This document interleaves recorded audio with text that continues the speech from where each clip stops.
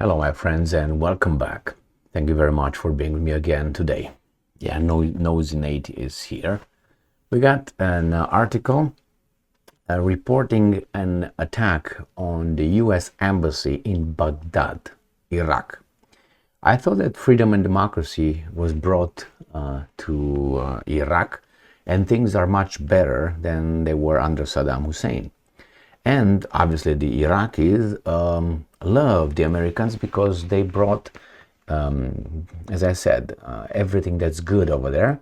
But as always, you have some idiots who act in an idiotic way, correct?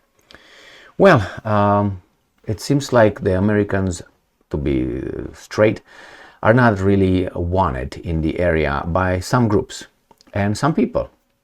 Some people want them over there, obviously. The US military came under attack in Syria, came under attack in Iraq. Now this is the embassy. So let's see what the Russians say about it, because the Americans, I don't know if they reported yet.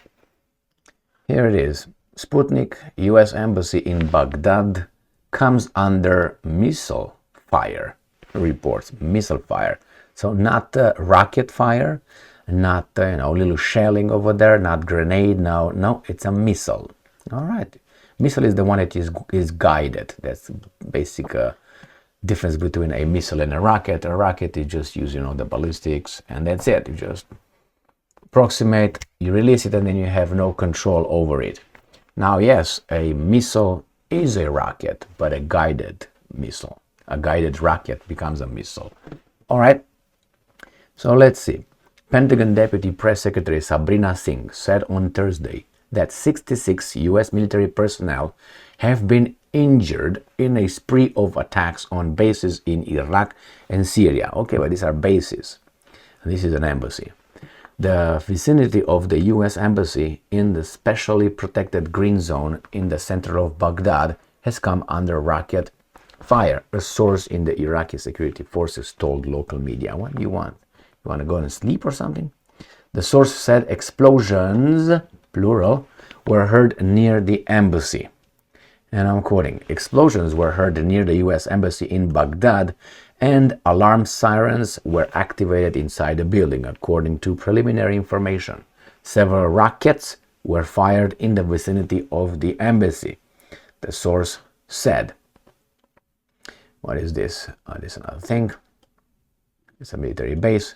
Now, the wave of attacks on U.S. forces in Iraq and Syria comes amid heightened tensions in the region following an attack on Israel by Palestinian Hamas militants in October, as well as an increase.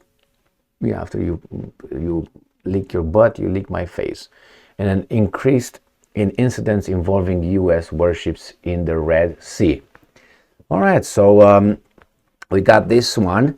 What do you think the Americans should do?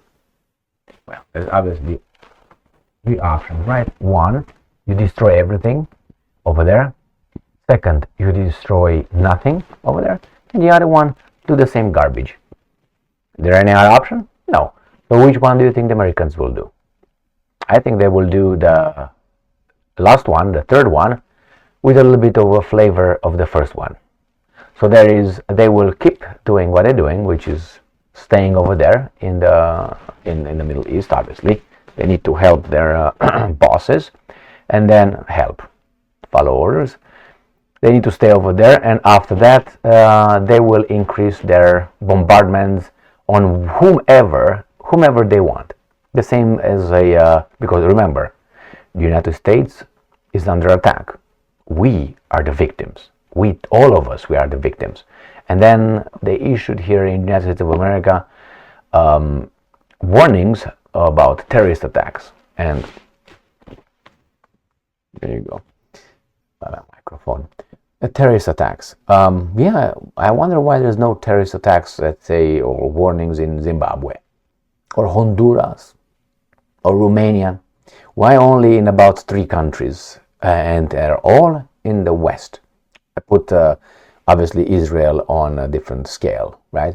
So you have threats in France, you have threats in Germany, you have threats in Great Britain, and you have threats in the United States of America.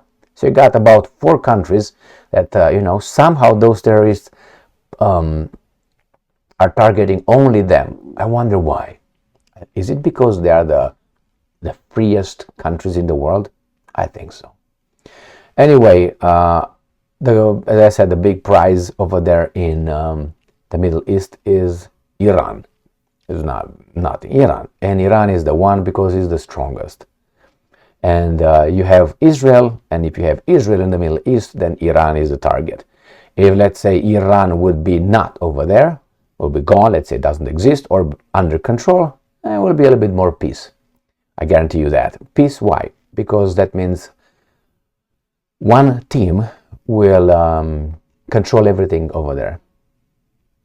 And the other one will say, okay, now what are we going to do? But on the other side of the coin, if, let's say, Israel would not be over there, let's say, let's be abstract here a little bit, then the same, the United States would not have a problem with the Middle East or with Iran as it has right now. I'm not suggesting anything, so don't think of anything. I'm just noting the obvious. The problem of the United States over there for oil, that's the only, if the Middle East would not have oil, they wouldn't really care about it. There's strategic things, as general geopolitics and military strategic planning and reasons, but no oil. Like you don't hear anything about, let's say, about Central Africa. Do you hear anything about Central Africa?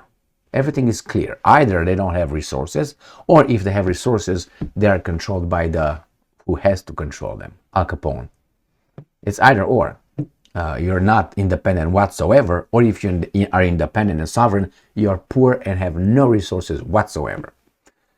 So anyway, here we have this attack. The Americans will not leave, definitely. Will use this as September 11 attacks. If you remember, why did they hate us? Why did they attack us? And they pretend not to understand, and they vomit their propaganda to us, and they will explain to us why we were attacked, and why do they attack the embassy since we're so good and fantastic. And they will say there's some bad people over there among the 99.9% of the population, which could be true. And that definitely there's some bad dudes that don't want somehow the U.S. don't want freedom, democracy, love, and all these things.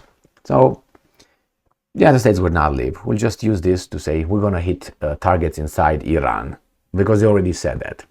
So it's just the beginning of the season of Iran hysteria. What? All right. Thank you very much for being with me again today. Stay strong, stay smart, look for the truth, and be just.